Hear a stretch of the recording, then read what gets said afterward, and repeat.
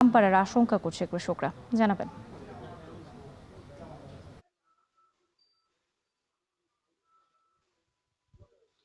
রাত্রি আপনি জানেন যে দিনাজপুর মূলত একটি ধান উৎপাদনকারী জেলা। এই জেলায় কিন্তু যে ধান উৎপাদন হয় তা কিন্তু চাহিদার তুলনায় অনেকটাই বেশি। এবছর দিনাজপুরে প্রায় 2.5 লক্ষ হেক্টর জমিতে ধান আবাদ হয়েছে এবং কৃষি বিভাগ বলছে এই 2.5 লক্ষ হেক্টর জমি থেকে প্রায় 8 লক্ষ মেট্রিক টন ধান চাল উৎপাদন হবে, যেটি জেলার চাহিদার তুলনায় কিন্তু প্রায় দুগুণেরও বেশি।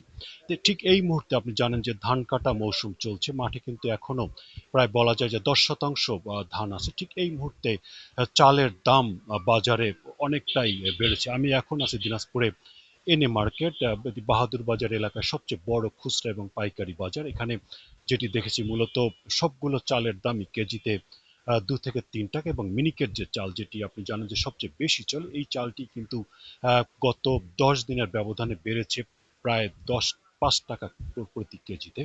এবং এখানে ব্যবসায়ীরা বলছেন যে আপনি জানেন যে সুগন্ধি যে চাল সেটিও কিন্তু অনেকটাই বেড়েছে। তো আপনাকে মিনিকেট চাল, যেটি কয়েকদিন আগে যেটি বিক্রি হচ্ছিল প্রায় 65 টাকা, সেটি বিক্রি হচ্ছে এখন 70 টাকা খুচরা বাজারে।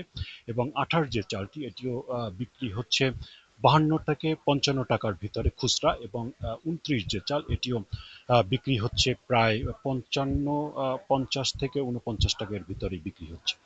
আমি কথা বলছিলাম এখানকার ব্যবসায়ীরা, তারা বলছেন যে যেহেতু আপনি জানেন যে ধান কাটা মৌসুম, বাজারে ধানের দাম এবং মিলাররা একটি কিন্তু যেহেতু আকাশ অনেকটা মেঘাচ্ছন্ন থাকে, এটি ধান থেকে চাল রূপান্তর করতে তারা অনেকটা সমস্যায় পড়ছেন। সেই কারণে একটি একটি কারণ। এবং এই সময় অনেক ব্যবসায়ী বলছেন যে মিলার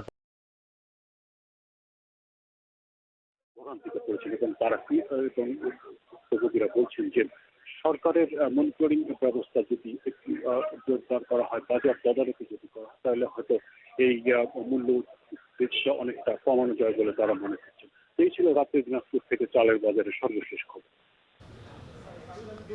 দিনাজপুর থেকে যুক্ত ছিলেন কঙ্কন কর্মকার। জানাচ্ছেন